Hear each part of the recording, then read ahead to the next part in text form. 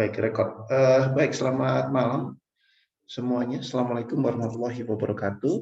Pada kesempatan kali ini saya ingin membuat video untuk kelas gravitasi. Jadi untuk pertemuan ke terakhir, dua terakhir ya sebelum ujian. Pada pertemuan kali ini kita akan membahas mengenai reduksi ke bidang datar. Saya fokuskan pada pemahaman-pemahaman dasar, kebutuhannya pemahaman dasar mengenai reduksi ke bidang datar. Baik. Saya akan melakukan share screen. Baik. Jadi pada pertemuan kali ini kita akan membahas sebenarnya kepentingan dari reduksi ke bidang datar. Mengapa sih sebenarnya perlu dilakukan reduksi ke bidang datar untuk khusus data gravitasi ya? Karena sebenarnya nanti untuk magnetik juga bisa dilakukan reduksi ke bidang datar dengan metode yang berbeda, tetapi juga secara kebutuhan nanti akan berbeda.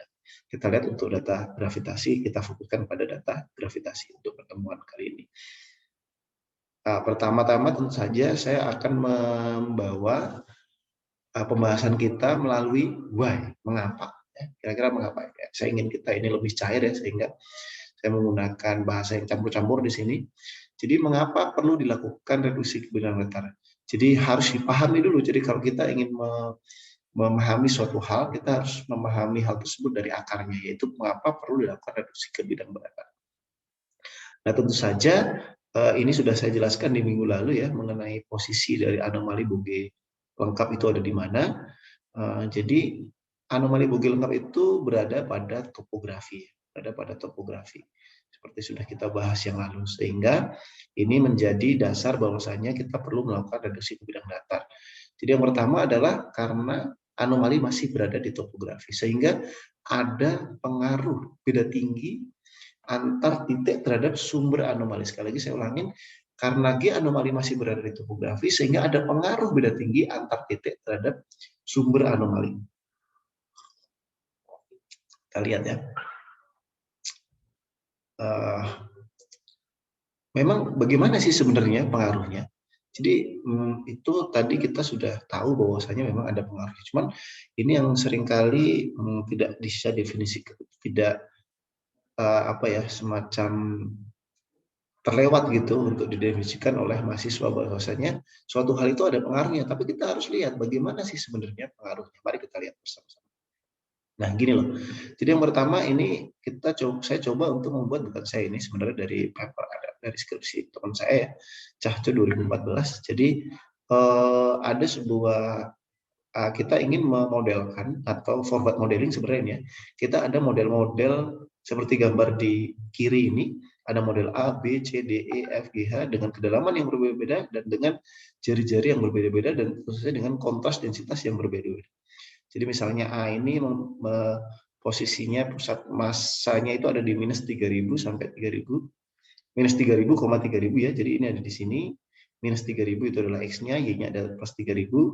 Lalu dia punya jari-jari 1500, kedalamannya itu adalah 1000 dan kontras densitasnya 500 kilogram meter pangkat 3 ini ya. Lalu ada D, ada G, E, B dan C, F dengan variasi dari titik pusat massa dan variasi jari-jari serta kedalaman dan variasi kontras densitasnya. Ini kenapa kita berikan angka-angka seperti ini ya, ini hanya untuk forward modeling, kebutuhan dari forward modeling aja. Nah kita lihat kalau kita punya model bawah permukaan seperti ini, maka respon dari anomali gravitasinya itu di Z sama dengan 0, yang dia adalah datar, maka kita akan menjadi yang di kanan ini. Jadi kalau kita punya model seperti ini dengan A, B, C, D, E, F, G, yaitu dengan variabel-variabel yang sudah tadi kita tentukan, maka kita akan dapatkan model yang seperti ini. Kita lihat D memberikan respon yang paling besar di sini karena memang D ini ada di kedalaman 1200 dan kontras densitasnya cukup besar yaitu 1000. Jadi dia dalam. Nah kita lihat yang lebih besar lagi sebenarnya G, karena G ini dia kedalamannya 800 dan kontras densitasnya adalah 800. Nah ini adalah respon dari G. Dan respon-respon yang lain muncul secara secara total ya di sini ya. Jadi kita bisa melihat secara umum hasil dari respon dari model buah permukaan yang ada di kiri ini. Jadi yang ada di kanan ini. Jadi ini respon di Z sama dengan 0 dan permukaannya itu datar. Saya ulangi, di sini respon di Z sama dengan 0 dan permukaannya itu datar. Nah, kita lihat. Di sini kita akan memvariasikan topografi permukaan menjadi 3 jenis karena ini nanti yang variasinya disesuaikan dengan bentuk-bentuk yang ada di lapangan. Yang pertama bentukan-bentukan dari topografi gunung api. Jadi ini kan topografi gunung api. Jadi ini topografinya. Jadi kalau di sini ini Z sama dengan 0 dan datar, maka kalau kita variasikan topografi menjadi yang pertama topografi gunung api ya. Puncaknya adalah di sini dengan ketinggiannya 2400 ini. Ya, 2450 yang paling tinggi ya 2900 sorry. Lalu di sini ada berundulasi kuat. Jadi ini ketinggiannya dari 0 sampai 1050. Jadi ada semacam lembahan yang cukup dalam di sini. Lalu ada kita variasikan juga topografinya berundulasi lemah. Jadi nanti kita bisa kelompokkan atau kita bisa coba klasifikasikan topografi kita di daerah penelitian itu menjadi apakah dia topografi gunung api, berundulasi kuat atau berundulasi lemah. Nanti kita lihat efeknya masing-masing. Berundulasi lemahnya ini adalah 80 sampai dengan 180. Jadi perbedaannya hanya sekitar 100 meter untuk area seluas 10 kilo.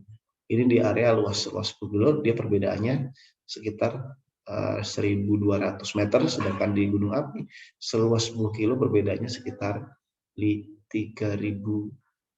meter. Nah, seperti itu. Nah, kita lihat hasilnya. Kita lihat forward modelingnya. Jadi kalau ini tadi di Z sama dengan 0, di Z sama dengan 0, ini di topografi gunung api menjadi seperti ini. Ya, ini kan kita nanti ini kan menjadi bias ya bahwasanya yang seharusnya model seperti ini kok menjadinya seperti ini. Lalu yang kedua juga kita lihat di berundulasi kuat yang aslinya seperti ini itu menjadi seperti ini gambaran dari hasil dari buah permukaannya. Padahal buah permukaan yang benar kan yang seharusnya dapat kita interpretasikan dengan baik ya yang ini. Nah ini kan nanti jadi bias gitu ya bahwasanya ada model buah permukaan yang berbeda dikiranya. Padahal ini karena adanya efek topografi, efek berundulasi kuat. Dari sisi nilai pun juga dia akan berbeda gitu kan.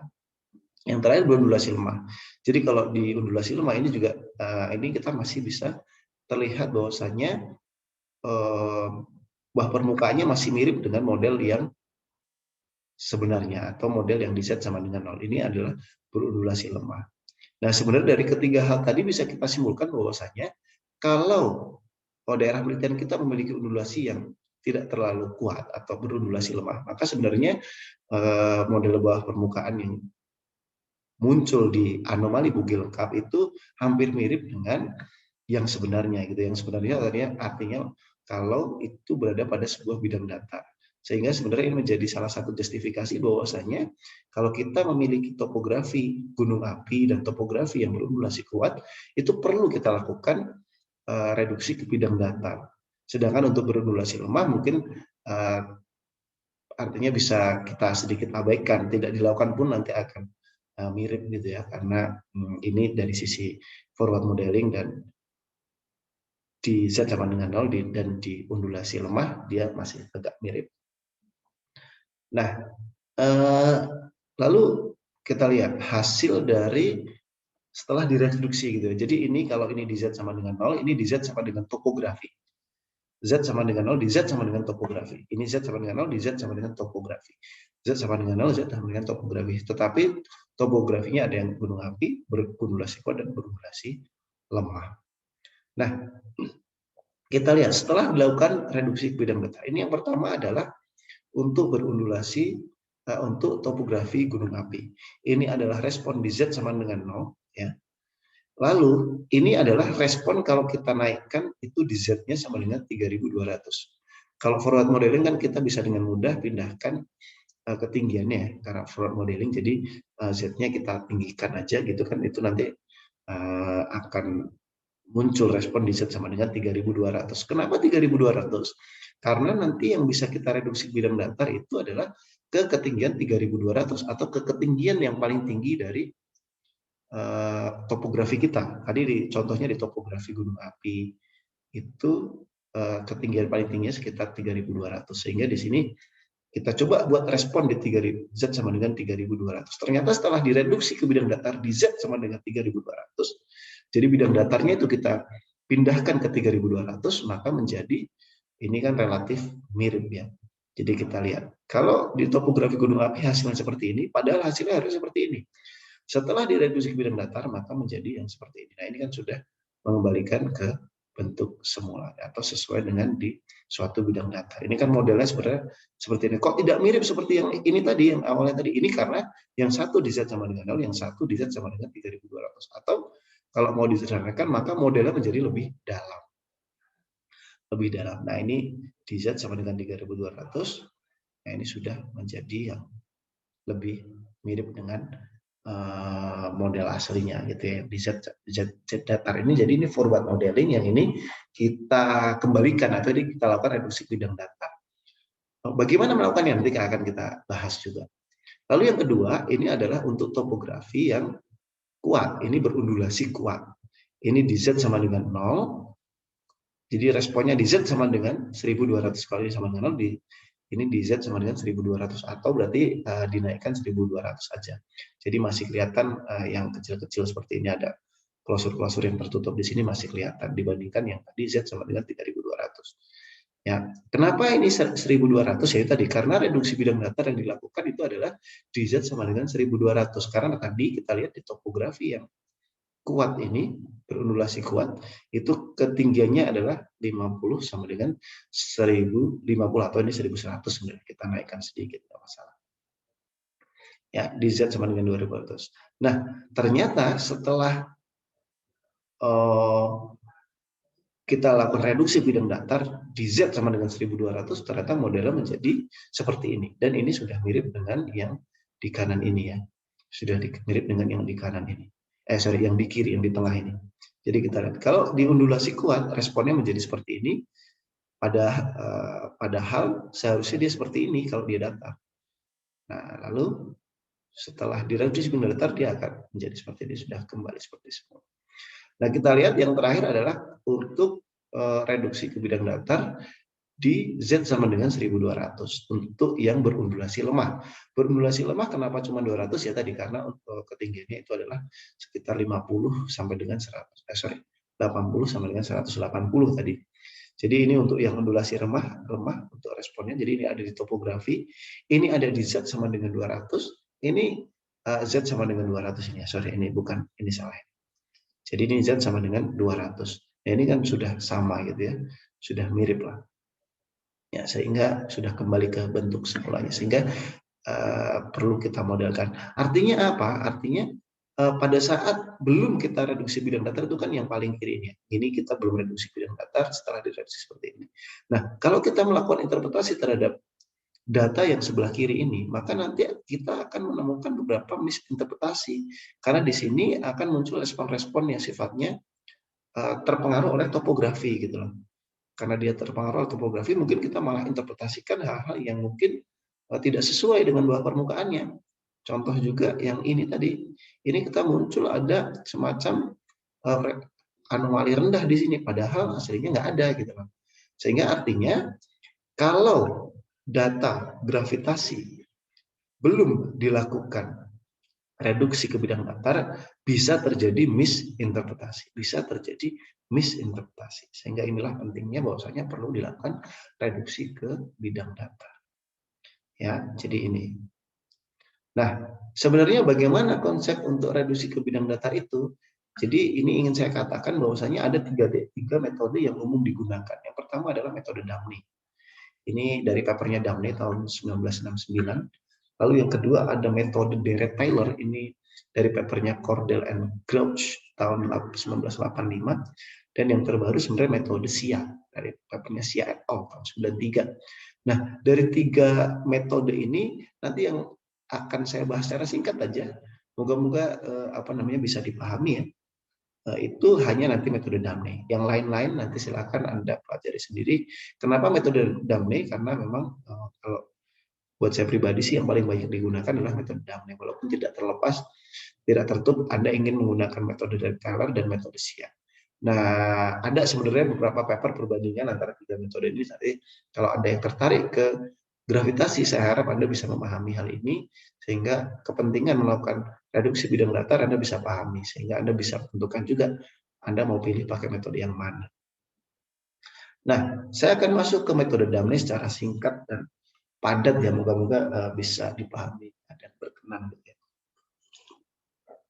Jadi Damne ini berdasarkan paper Damne tahun 69 gitu ya.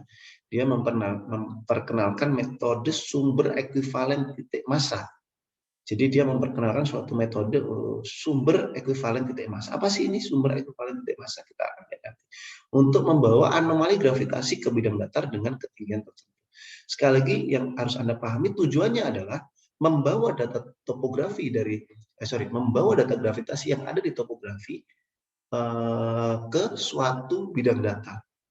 Bidang datarnya ini bisa di atasnya, bisa di bawahnya, bisa di bawahnya jauh. Tetapi ya tadi, kalau itu kita bawa di atasnya, maka anomali yang di bawahnya kelihatan semua. Tetapi kalau kita bawa di ketinggian lebih bawah daripada yang paling tinggi, maka nanti bisa-bisa anomalinya akan hilang gitu ya. Karena ketinggian bidang datar kita ada di bawah topografi ya. Sehingga biasanya sih kita bawa data gravitasi yang ada di topografi tadi ke suatu bidang datar yang mana bidang datarnya itu ada di ketinggian yang paling tinggi dari daerah penelitian Anda. Jadi ketinggian tertentunya ini adalah ke ketinggian yang paling tinggi. Metode ini digunakan dengan cara menentukan sumber ekuivalen titik massa diskrit dengan kedalaman tertentu di bawah permukaan dengan memanfaatkan data ABL di permukaan. Dan selanjutnya sumber ekuivalen tersebut digunakan untuk menghitung anomali gravitasi pada bidang datar dengan ketinggian tertentu. Sulit ya? Iya, sulit. Kita coba lihat pakai gambar. Moga-moga nanti lebih menjelaskannya. Nah, metode Damne ini bisa kita lihat dari gambar seperti ini. Jadi data kita itu adalah yang titik bulat berwarna putih. Jadi ini warna putih ini adalah data-data kita. Anda lihat data-data ini ada di topografi, Ya. Nah, metode Damne ini prosesnya adalah yang pertama dia mencari dulu suatu sumber titik massa ekuivalen atau kita cari sumber penyebab dari anomali ini di bawah permukaan. Artinya misalnya ini dilakukan secara inversi sebenarnya. Jadi kita bisa mengetahui kan sebenarnya kalau ada sebaran titik massa di permukaan maka sumber sumber anomalinya itu di bawah permukaan sana itu bisa kita hitung gitu loh. Jadi ini sumbernya adalah sebuah titik massa. Sebuah titik massa yang menyebabkan banyak hasil anomali permukaan. Nah, jadi yang pertama kalau kita menggunakan metode Damne itulah kita mencari sebuah titik massa ekuivalen di bawah permukaan. Jadi kita cari titik-titik massa yang menyebabkan dia ABL itu nilainya sekian gitu loh. Jadi mencari titik massa di bawah permukaan yang menyebabkan anomali Bogge lengkap di permukaan itu nilainya sekian. Ini mencarinya nanti secara inversi dan ini titik massa ini tersebar di bawah permukaan. Jadi ini artinya ini pada bidang ekuivalen yang pada bidang datar yang sama di bawah permukaan, tetapi nanti memiliki densitas yang berbeda-beda. Jadi divariasikan densitasnya seperti di bawah permukaan ini. Jadi yang pertama kita cari dulu suatu titik massa ekuivalen di bawah permukaan. Kalau kita sudah punya sebuah titik massa, kita punya sebuah sebaran titik massa di bawah permukaan, maka kita bisa hitung secara forward hasilnya atau respon dari titik-titik massa tersebut di permukaan atau di atasnya. Nah, jadi kita tinggal hitung secara forward di ketinggian bidang datar yang kita inginkan. Jadi di sini Z ini adalah bidang ketinggian datar yang kita inginkan. Ini kenapa cuma satu ya? Sebenarnya banyak. Kita cari satu di sini, tapi kita bisa cari sebaran di bawah permukaan, di permukaan ini secara datar. Jadi proses seperti itu.